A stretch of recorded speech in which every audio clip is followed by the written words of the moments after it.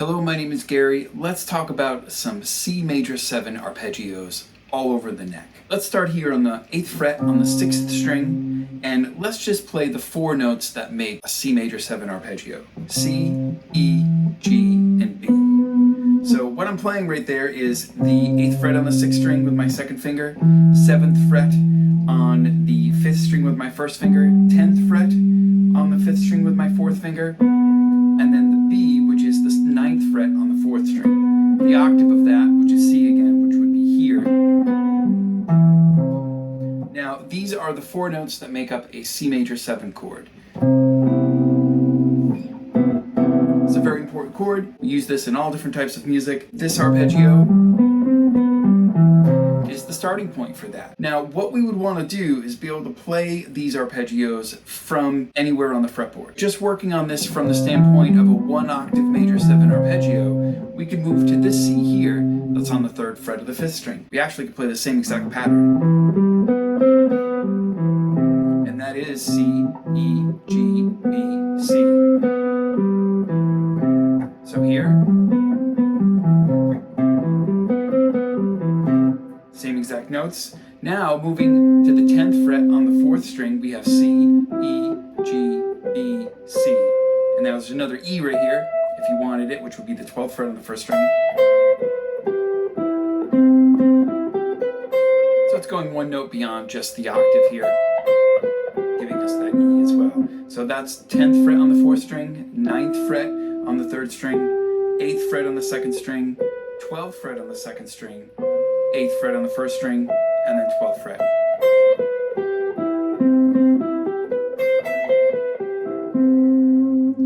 Starting here on the 3rd string on the 5th fret, we can play this arpeggio again. C, E, G, B, C. So that's 5th fret, 3rd string, 5th fret, 2nd string, 8th fret, 2nd string, 7th fret, 1st string, and then 8th fret, 1st string. Now there's another wild way to play the C major 7, starting from the 2nd string here. So that's C on the 1st fret of the 2nd string, open E, G, B, slide up to C, back down to B, G, open E, and then back to C. So what this gives you is a really great starting point for being able to play a single major 7 arpeggio in 1 octave from each string on the guitar. So this whole thing in succession would be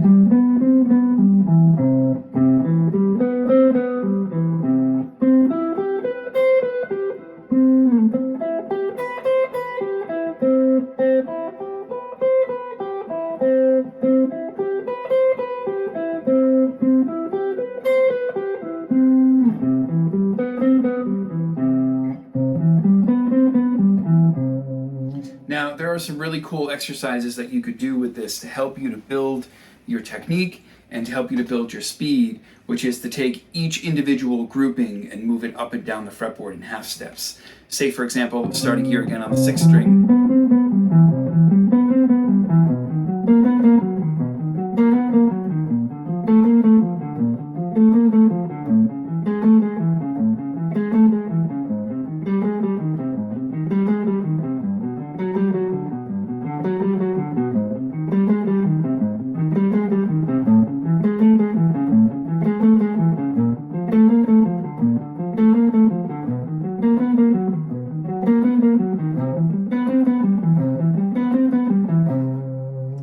Literally do this from each one of those groupings. So you could start here, for example, from the 3rd fret on the 5th string. Same idea.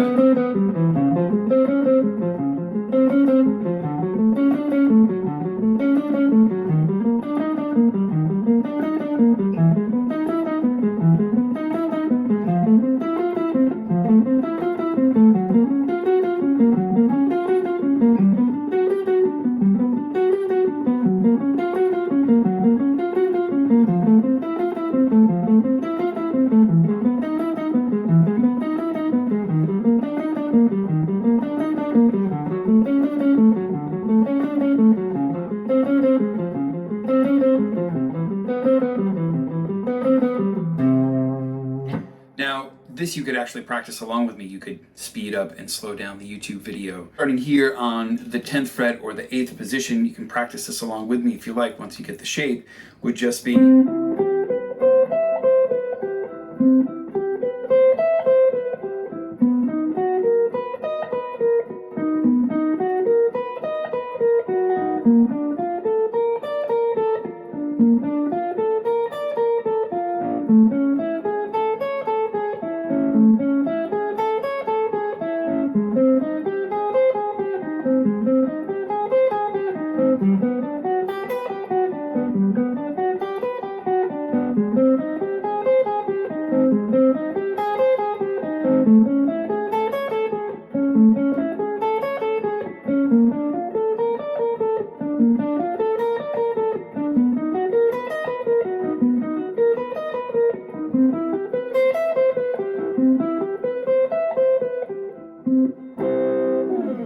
So really useful. I think you get the idea. You take each individual string grouping like this and moving up and down the fretboard to help you to build technique and overall speed.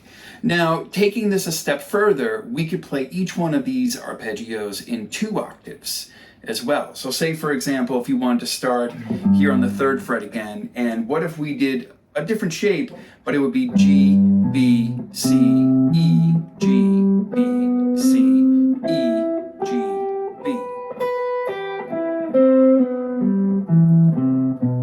Now, as soon as you start playing these in 2 octaves, everything gets more complicated. Everything's a lot more work. There's strange finger rolls here.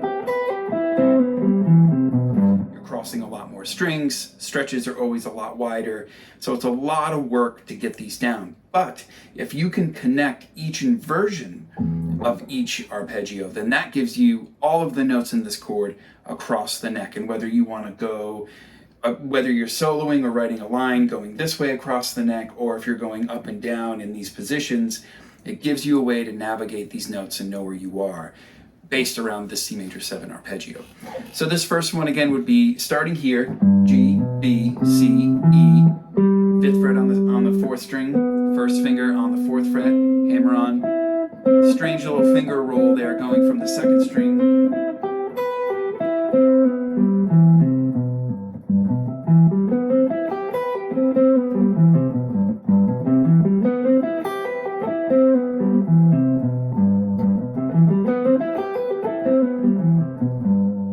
That is a C major 7 arpeggio starting from G.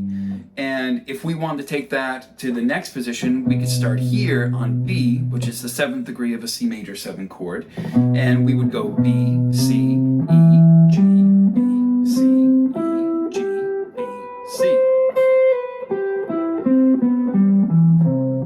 So this is 7th fret, 8th fret, 7th fret, 5th string, 10th fret, 5th string, 9th fret on the 4th string, 10th fret on the 4th string, 3rd finger on the 9th fret of the 3rd string, 8th fret, and then 7th fret 1st string, 8th fret 1st string.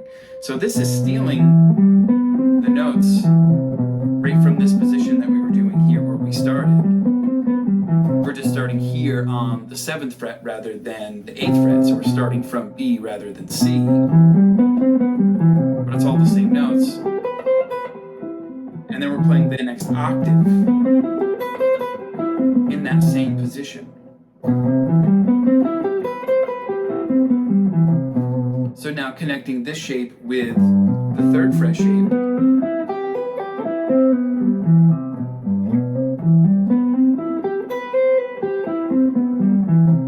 All the same notes, just starting and ending from their respective starting points. Now the next position here would start on C itself. Slightly different shape than what we were doing here. We're going C, E, G, B, C, and then just repeating that in the next octave. E, G, B, and then C, and then E. But notice this. Super familiar shape from the 4th string C major 7 arpeggio. So this shape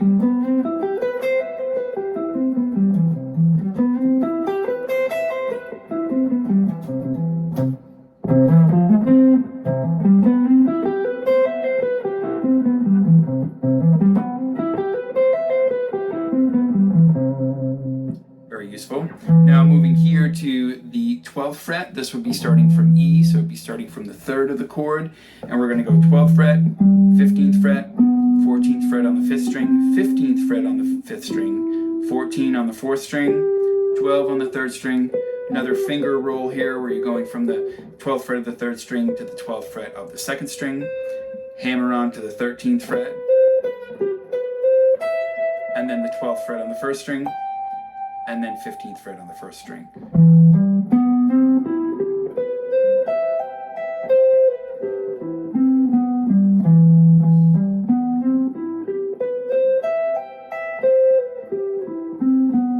So again, it's a 2-octave version of this arpeggio, starting on this E, going all the way up to this G. But what's nice about that is you see where each one of those notes are in that chord, in that particular position. So you can start to learn where those are and be able to use those in an improvisational setting, or if you were writing a line or whatever it is that you needed to come up with. Now, the next position would go here to the 15th and 19th frets. But what's nice about this position, you already know the pattern.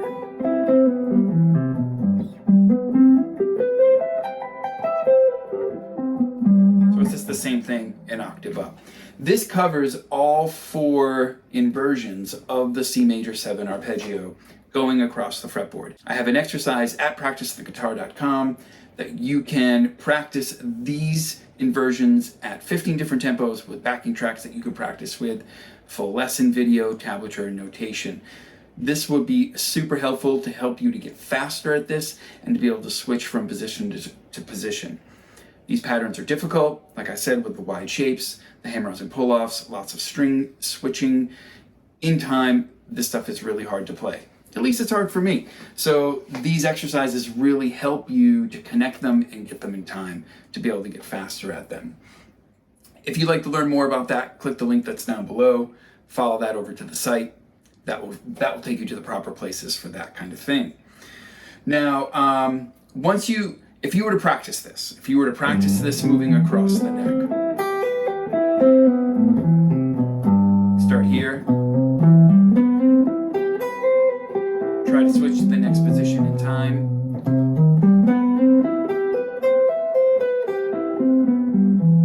next position,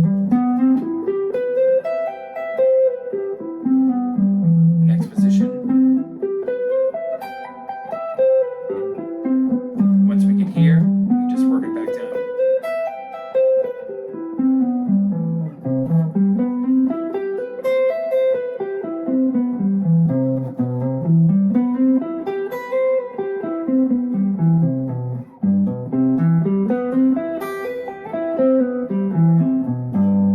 This would give you all the inversions for C major 7 going across the fretboard. Check the links down below, sign up for our site, practice along with these, improve your knowledge of your fretboard. Hope to see you next time.